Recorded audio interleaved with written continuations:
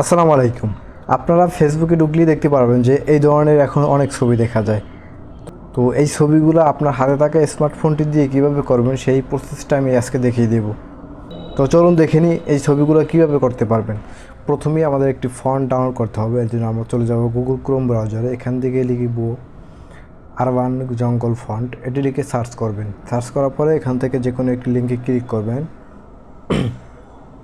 তো আমি প্রথম লিঙ্কটা ক্লিক করে এটা ডাউনলোড করে নেব। উপরের কর্নার দেখতে পারবেন যে ডান পাশে এখানে ডাউনলোড অপশন আছে। এই ডাউনলোড অপশনে ক্লিক করলে এটা অটোমেটিক ডাউনলোড হয়ে যাবে। এখান থেকে দেখতে পাচ্ছেন যে ডাউনলোড হইতেছে। তো আমি এখান থেকে আগেই কিছু পাহাড়ের ছবি ডাউনলোড করে রেখেছি। তো আপনি আপনাদের পছন্দ অনুযায়ী পাহাড়ের ছবি ডাউনলোড করে রাখবেন। তো ওকে, আমাদের এই ফাইলটি ডাউনলোড হয়ে গেছে। এবার আমরা চলে যাব ফাইল ম্যানেজারে। ফাইল ম্যানেজার থেকে খুঁজে বের করতে হবে যে এই ফাইলটি কোথায় ডাউনলোড হয়েছে।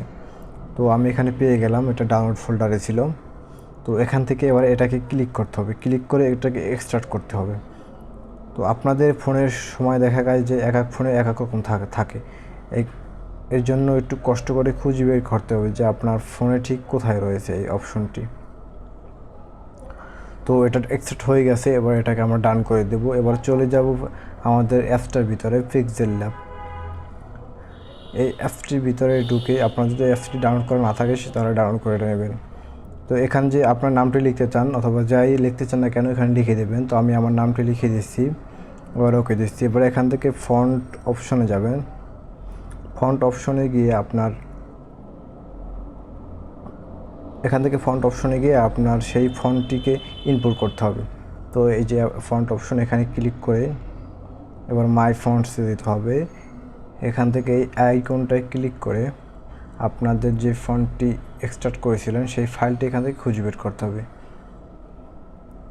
তো আমি এখান থেকে যাব মাই ডিভাইস থেকে ডাউনলোড ফোল্ডারে।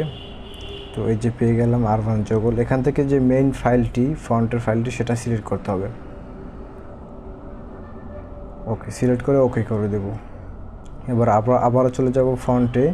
এখান থেকে মাই ফন্টস, এখান থেকে আরবান জঙ্গল এই ফন্টে সিলেক্ট করতে হবে, সিলেক্ট করে ওকে করতে হবে।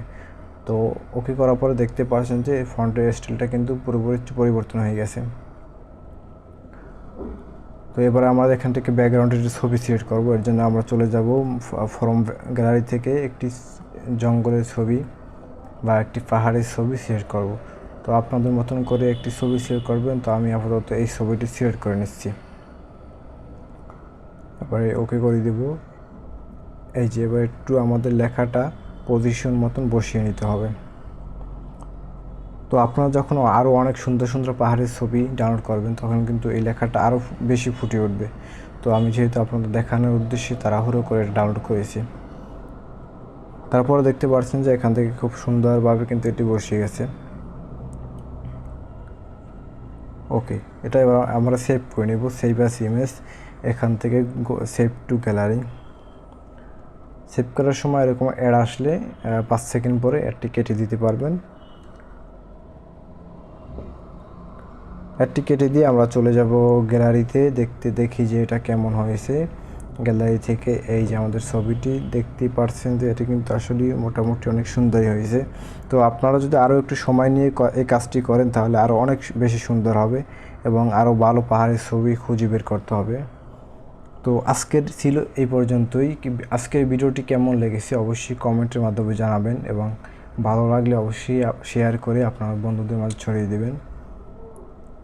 তো দেখা হবে পরবর্তী কোনো ভিডিওতে। সেই পর্যন্ত ভালো থাকুন, সুস্থ থাকুন।